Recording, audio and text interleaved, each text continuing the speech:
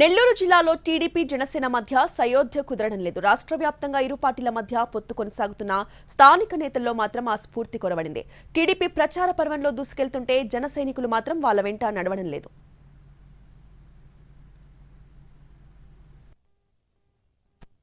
ఉమ్మడి నెల్లూరు జిల్లాలో మంచి ఫలితాలను సాధించాలని టీడీపీ భావిస్తోంది. గత ఎన్నికల్లో జిల్లాలోని 10 అసెంబ్లీ స్థానాల్లో ఆ పార్టీ పరాజయం పాలైంది. ఈసారి ఎలాగైనా సత్తా చాటాలని భావిస్తోంది. జనసేనతో ఎన్నికల్లో పొత్తు కుదరడంతో తమ బలం మరింత పెరుగుతుందని ఆ పార్టీ నేతలు భావిస్తున్నారు. అయితే నెల్లూరు జిల్లా నుంచి పోటీ చేసే అవకాశం తమ పార్టీకి తప్పకుండా వస్తుందని భావించారు జనసేన నేతలు. అభ్యర్థుల మొదటి జాబితాను ఇటీవల టీడీపీ అధినేత చంద్రబాబు, జనసేన అధ్యక్షుడు పవన్ కళ్యాణ్ ప్రకటించారు.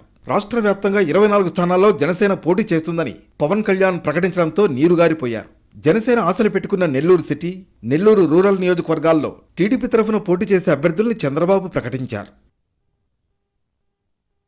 ఇక ఎన్నికల్లో పోటీ చేసే అవకాశాలు కనబడకపోవడంతో జనసేన నేతలు తీవ్ర నిరుత్సాహానికి గురయ్యారు. పార్టీ కోసం ఎంతో కష్టపడినా తమకు గుర్తింపు లభించలేదని బహిరంగ ప్రకటనలు చేశారు. జనసేన జిల్లా కార్యాలయం ఎదుట ఆందోళన చేపట్టారు. నిరసనలు ఇలాగే కొనసాగితే పార్టీకి చెడ్డ పేరు వస్తుందని భావించిన సీనియర్ నేతలు నెల్లూరు నాయకులతో చర్చించేందుకు పార్టీ సీనియర్ నేత అజయ్ కుమార్ను పిలిపించారు. ఆయన నేతలతో సమావేశమై పార్టీ అధ్యక్షుడు పవన్ కళ్యాణ్ తీసుకున్న నిర్ణయానికి కట్టుబడి ఉండాలని సూచించారు. అధికారంలోకి వచ్చిన తర్వాత చాలా అవకాశాలు ఉంటాయని సర్ది చెప్పారు. స్థానిక సంస్థల ఎన్నికల్లో జనసేనకు అధిక స్థానాలు కేటాయిస్తారని భరోసా ఇచ్చారు. ఎవరూ నిరుత్సాహపడొద్దని కోరారు.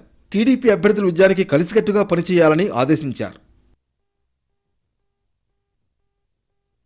పార్టీ అభ్యర్థుల ప్రకటనకు ముందు ఎంతో ఉత్సాహంగా ప్రచార కార్యక్రమాలు నిర్వహించిన జన సైనికులు ఇప్పుడు ఆ ఉత్సాహాన్ని చూపించడం లేదు. టీడీపీ అధినేత చంద్రబాబు పాల్గొన్న సభలకు జనసేన నేతలు హాజరవుతున్నారు. మరోవైపు టీడీపీ విస్తృతంగా ప్రచార కార్యక్రమాలు నిర్వహిస్తోంది. వాళ్లతో కలిసి జనసేన నేతలు పనిచేయడం లేదు. మొత్తానికి అసంతృప్తిగా ఉన్న నేతలతో మరోమారు చర్చించాలని సీనియర్ నేతలు భావిస్తున్నారు.